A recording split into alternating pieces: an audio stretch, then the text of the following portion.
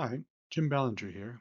This is a presentation given to the bootmakers of Toronto at an in-person meeting at the Central Library on 7th of December 2024, in which I report on further investigations into the identification of the original Mr. Myers. At the conclusion of The Hound of the Baskervilles, Sherlock Holmes reaches into the Grimpen Mire and pulls out Sir Henry Baskerville's old black boot, which Stapleton had used to give the scent to the Hound. Written on the leather inside is Myers, Toronto. From those two words, we get the name of our society, the Bootmakers of Toronto, and the title given to our chief executive, originally Mr. Myers, now just Myers. But was Myers based on a real person? We got a possible identification of the original Mr. Myers by Donald Redmond in 1980.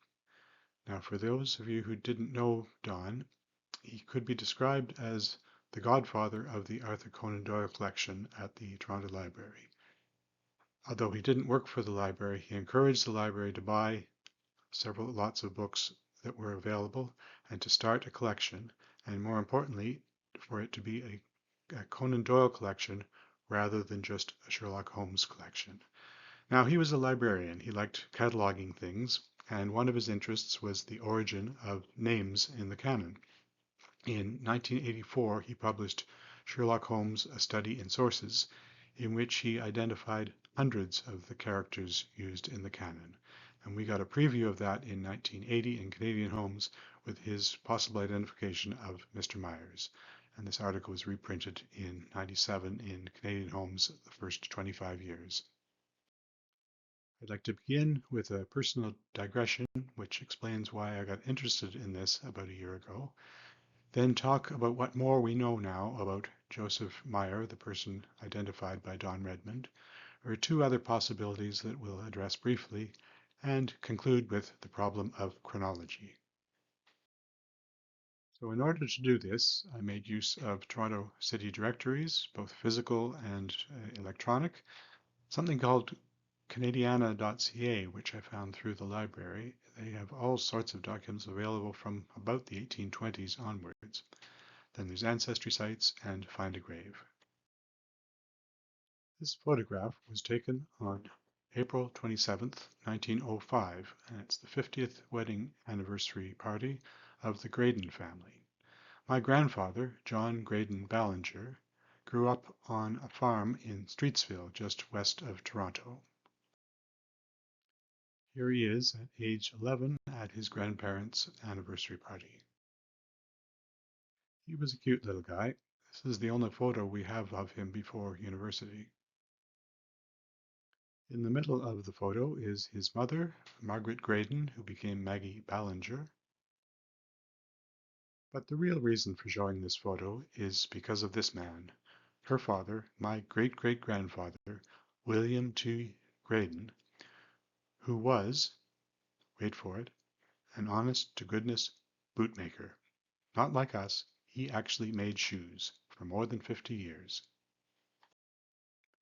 He was born in Ireland in 1830 in what is now Northern Ireland. The family emigrated to Canada when he was 9 years old.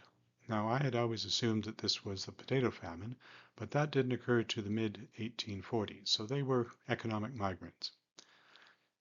Streetsville had been established by Timothy Street in about 1820, and the 1840s and 50s were a period of growth. His father, William Sr., was a stonemason. He was also an Orangeman, the Irish Protestants, and built a number of buildings, including the Orange Hall, which is still standing in Streetsville. William Jr. did not follow his father into the business. His younger brother did, though.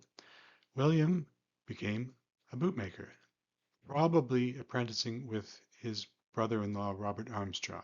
His older sister, Mary, had emigrated with her husband to Streetsville, and the Ontario Gazette of 1846 shows there were 4 bootmakers in Streetsville at that time. Here we have the 1851 census, which shows William Sr. as a mason. Mother is Margaret, and then William Jr. is a shoemaker. When William got married in 1855 to Eliza Wright, his father built him this house with a workshop behind it, which also served as his retail outlet. There's the rather crude sign over the door. And that building is still standing. It hasn't been in the family for over a century, but it remains on Queen Street, the main north-south street of Streetsville. Unfortunately, the bricks have been painted over, but according to the Streetsville Historical Society, that is the original shed behind the house. There was an incident in 1888 when William's son came home late on a Friday night, thought he heard noises. He and his father investigated. They confronted two burglars, one of whom had a revolver, and William was shot 3 times. At first they thought the wounds were life-threatening, but he did make a complete recovery and live another 20 years, though he did miss his daughter's wedding the next week. It was even written up in the Globe and syndicated across the country. So here we have William T. Graydon, who was a bootmaker for more than 50 years and an exact contemporary of our original Mr. Meyers. And surely they would have known each other through the Bootmakers Guild, through their Christmas parties, their summer picnics, and Facebook group. Let's move on from fact to speculation. So Don Redmond identified Joseph Meyer through the city directories from the late 1890s, but in the last 40 or more years, it's become much easier to do this sort of research. So we now know that Joseph Meyer was born in Lucerne, Switzerland in 1838. He apparently emigrated to Canada in 1860, although he doesn't seem to appear in the 1861 census. In the next year or two, he married an Ontario woman, Mary Annie Howard, and they went on to have 7 daughters before finally having a son. Joseph first shows up in records in the Ontario Gazette, 1865, as owning some land in Mariposa Township, but we really get more of a picture in the 1871 census, where he's living in Mariposa Township as a shoemaker, and Mariposa Township is just west of Lindsay, Ontario, and they have their first 3 children at that point. Here's a map of southern Ontario showing Toronto as the center of the Sherlockian universe, and Lindsay is about 120 kilometers northeast of Toronto. Here's a map from the 1870s showing Lindsay right in the middle and Mariposa Township to the left of it. The town of Oakwood is where the children's births were registered. And you can see Lindsay is on a main rail line to Toronto, cutting down there to the lower left. In the 1881 census, they have moved into the town of Lindsay, although I haven't been able to find an address. The oldest daughter has turned 18 and got married, and a few years later, the second daughter also gets married. By the time of the 1891 census, the 4 youngest children are still living at home. You can see that his name was initially written down incorrectly and has been very carefully corrected. So there we have Joseph and Annie, the 4 children, and I think living next door rather than in the same house is Rose with her husband and her daughter. Rose's husband dies in 93, but the 95 gazetteer still shows Joseph as a shoemaker in Lindsay. I'm sure by this point some of you are wondering, are we there yet? This is all mildly interesting, but bootmakers of Toronto, get with it, fella. And sure enough, everything does change in 1896 and becomes much more relevant to us as bootmakers of Toronto. So in the 96 and 97 Directory and Tax Assessment, Joseph is a shoemaker on Queen Street West at 547 with the family living above. In 98, he's moved 5 doors to the west to 557, again with the family living above. In the 1899 directory, he's moved one shop to the east and is sharing the business with Mr. Anderson, who sells electric bells. Now, I think Joseph is easing into retirement, and the Anderson family must be living above because Joseph's family is living a block away on Farley Avenue, which is now connected up with Richmond Street West. In 1900, he's no longer listed in the professional directory and only has the address of Farley Avenue.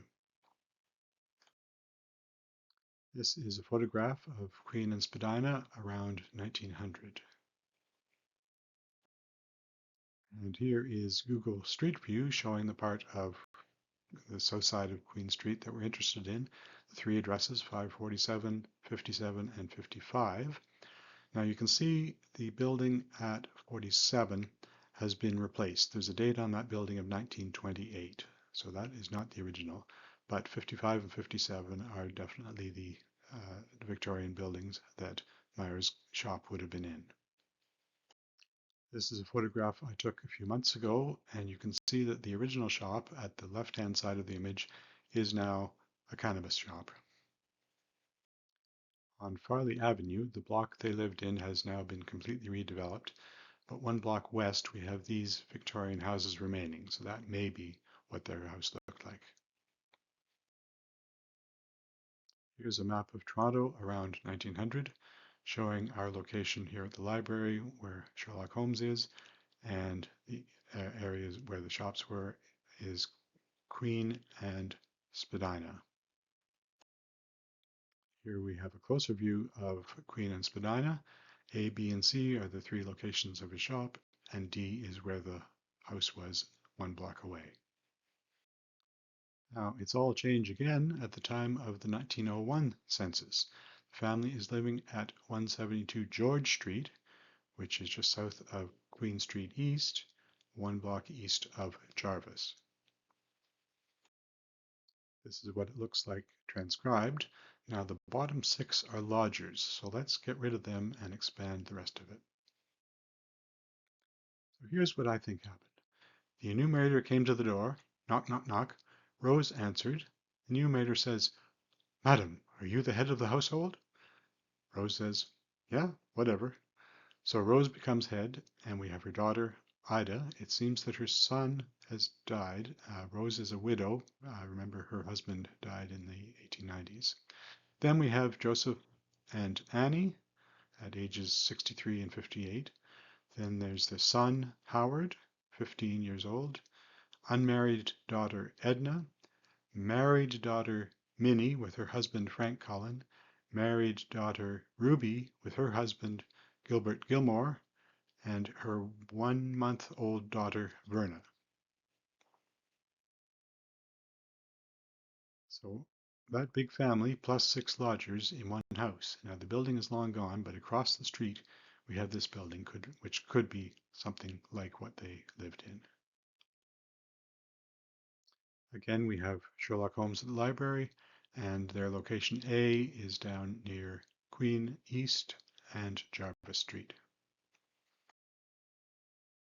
And sadly, that is pretty well the end of the story, because Joseph died in 1903 and was buried in Mount Pleasant Cemetery. His wife followed him a few years later. Here is the listing for the two of them on the Mount Pleasant Group website.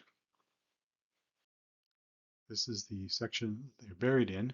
It's mainly flat markers rather than headstones, and I've walked a grid pattern here several times and haven't been able to find theirs. So if there was a marker, it has probably sunk into the ground through neglect. Now we'll look very briefly at James Meyer, also identified by Don Redmond.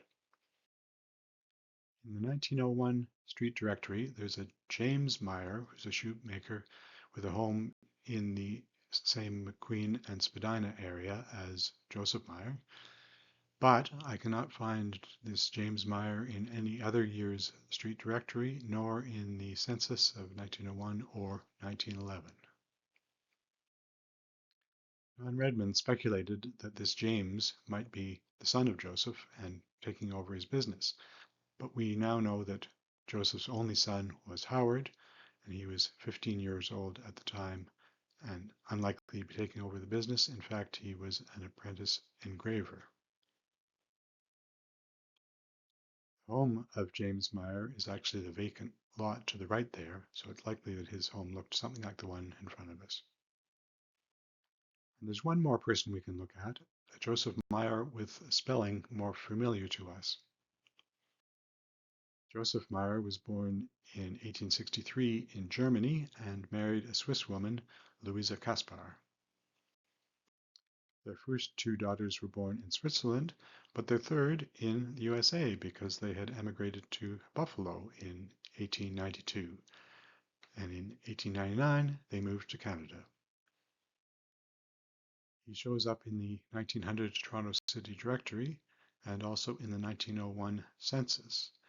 These are completely independent records, and I am sort of 99.8% sure that it's the same family we're talking about. In 1901, they're at another address nearby, and 02 to 05, they've moved again, but still in the same area. Now, Joseph was working for a company called Gutta Percha. I guess that's how you say it. I had never heard of it. Apparently, it's the name of a strain of rubber plant, and it was the name taken by a company set up in Britain in the 1840s to make rubber products. They expanded to Canada in the 1880s, and by the turn of the century, they had offices in Montreal, Toronto, Winnipeg, and Vancouver, and at one point they had 2 plants in West Toronto. They made all sorts of rubber products, rubber tires, fire hoses, insulation for cables. I think the transatlantic cable had its insulation made by this company, and also rubber heels for shoes and rubber boots. Here's a photograph of an early Canadian Tire store on Bloor Street. I don't remember what the cross street is there, but you can see that Gutta Percha features very highly in the sign on the front of the shop. Here's another period map showing the library up there at Yonge and Bloor, and we're talking about Parkdale down in the Queen and Dufferin area. Here we have an expanded view of the Queen and Dufferin area. A, B, and C are the 3 addresses that he lived at during that period, and GP is where the plant was. So there's a man after my heart. He liked to walk to work. So that's the last time he appears in the directory as a bootmaker or shoemaker. We have the wedding of his eldest daughter in 1909, and look, it takes place in Streetsville. Now, my great-great-grandfather was still alive in April of 09. He died in December, and he would surely have attended out of professional courtesy. His wife died around April, so I wonder if she attended the reception and had a dodgy prawn or something. The family's youngest daughter died in 1910 and is buried in Prospect Cemetery. In the 1911 census, Joseph and Louisa are living with their daughter and her husband, but then the husband dies in 1914. In 1916, they up sticks again and moved to Rochester and later to Batavia, Genesee, outside of Buffalo, New York. There's a description of him, 5'2.5" and 208 pounds, and he's a manager. And there's his signature on his application for citizenship. They received their citizenship in 23. He's listed as a billiard room keeper, and the locations of his daughters are noted. In the 1930 census, Joseph's retired, living in Batavia with his daughter Mary, who is working in a shoe factory. So things have come full circle. Louisa dies in 1930 and is buried in Toronto. And Joseph follows her in 1939 and again buried in Toronto. Now we have the problem of chronology. The Hound of the Baskervilles was serialized between August of 1901 and April of 1902. It was not the return of Sherlock Holmes. It was an adventure which supposedly had taken place before the Reichenbach. Some chronologists play along with that and date it in the 1880s, but others have it much later. So if indeed these later chronologists are correct, then Joseph Meyer could be our man, being a bootmaker in Toronto from 1896 to 1900. In conclusion, we can say that Donald Redman's identification of Joseph Meyer as the possible original Mr. Myers is supported by evidence which was not available to him at the time. But the validity of this identification depends on the dating of the Hound. Nonetheless, two bootmakers named Myers are buried in Toronto cemeteries. Thanks for your attention, and I hope you enjoyed the talk. Bye for now.